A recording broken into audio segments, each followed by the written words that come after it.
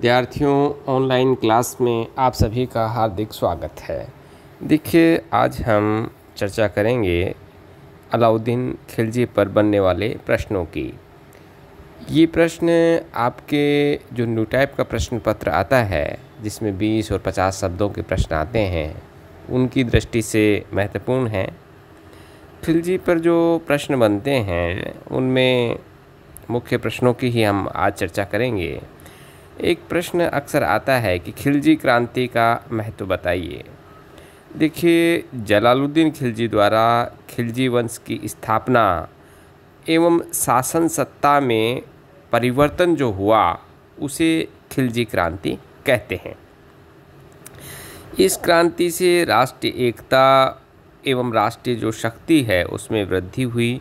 अनेक नवीन सामाजिक, आर्थिक, सैनिक और प्रशासनिक सुधार प्रारंभ हुए।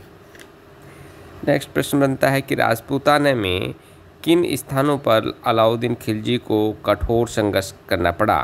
देखिए, राजपूताना में अलाउद्दीन खिलजी को रणथंबोर, चित्तौड़, जालोर में कठोरतम संघर्ष करना पड़ा था।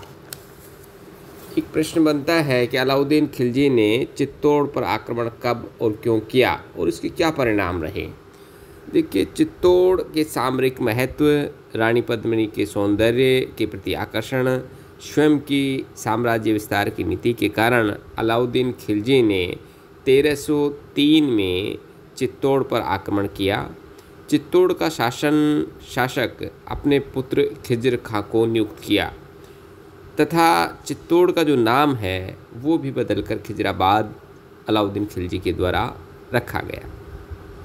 एक प्रश्न बनता है, दक्षिण भारत का प्रथम मुस्लिम विजेता शासक कौन था, उसने कब किन क्षेत्रों को विजित किया। देखिए, दक्षिणी भारत का प्रथम मुस्लिम विजेता शासक अलाउद्दीन खिलजी था और दक्षिण के जो क्षेत्र हैं, जैसे देवगिरी की विजय उसने 1306-7 में प्राप्त की।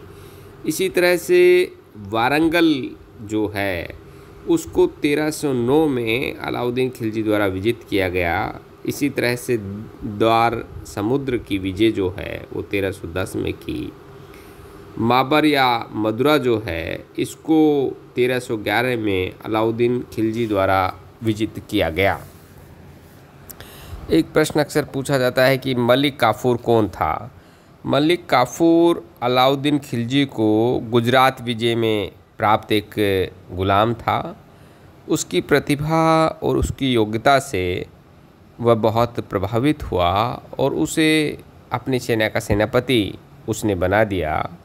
अलाउद्दीन खिलजी के जो दक्षिणी अभियान थे, उनका नेतृत्व मलिक काफूर के द्वारा किया गया। एक प्रश्न बनता है कि अलाउद्दीन खिलजी के दक्षिण भारत पर आक्रमण के 2 उद्देश्य बताइए।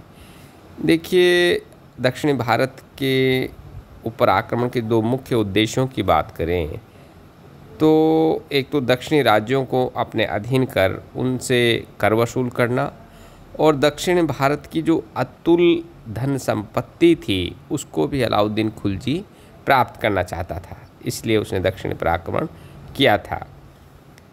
एक प्रश्न बनता है कि अलाउद्दीन खिलजी की उत्तर भारत की 4 विजयों का उल्लेख कीजिए। देखिए, गुजरात का जो क्षेत्र है वो 1299 में विजित किया गया। इसी तरह से रणथंबोर जो है उसको 1301 में विजित किया गया।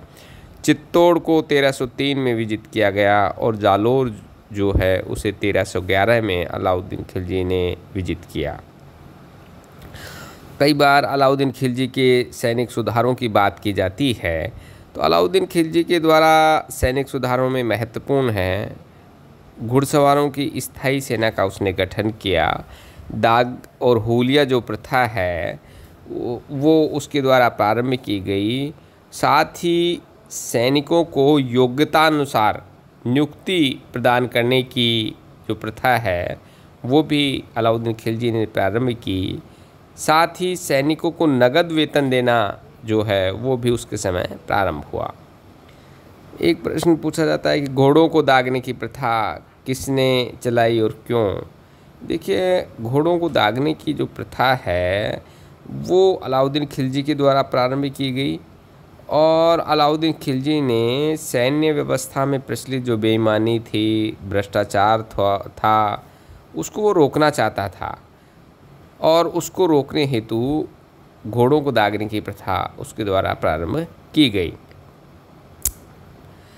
एक पूछा जाता है कि बाजार नियंत्रण व्यवस्था को किसने अपनाया, इस व्यवस्था के प्रमुख उद्देश्य क्या थे।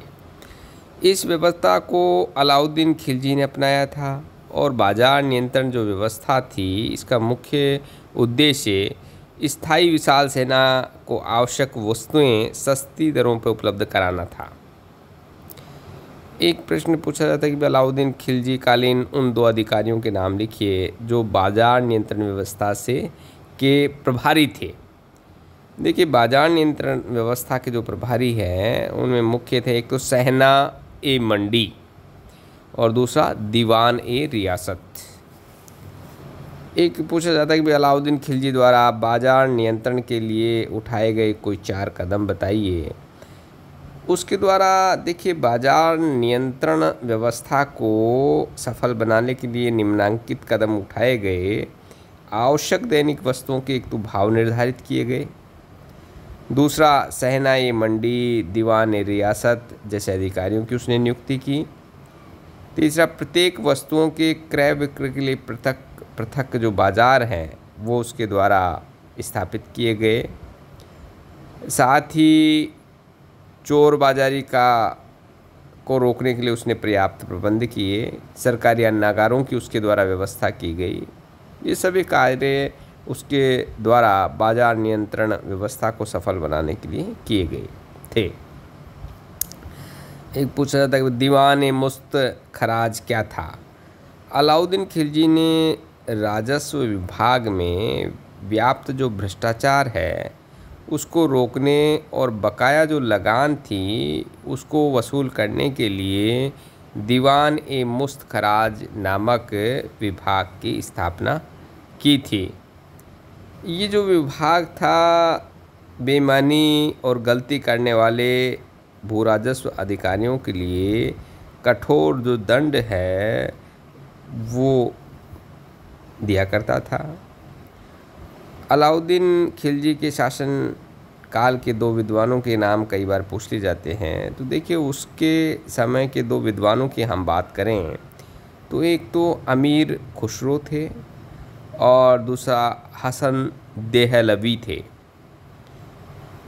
ये कभी कभी ये भी पूछ लिया जाता है कि भाई अमीर खुसरो कौन था। अमीर खुसरो, जिसे भारत का तोता भी कहा गया, एक उच्च कोटि का विद्वान था, एक सर्वश्रेष्ठ कवि था, एक अच्छा साहित्यकार था और उसने जलालुद्दीन खिलजी से मोहम्मद तुगलक तक दिल्ली सुल्तानों का वह समकालीन था। उसने तारीख़ अलाई, तुगलकनामा, आशिका आदि ग्रंथों की रचना की और संगीत के कई रागों का उसके द्वारा आविष्कार किया गया। कई बार अमीर खुसरो के साहित्यिक योगदान की भी चर्चा की जाती है।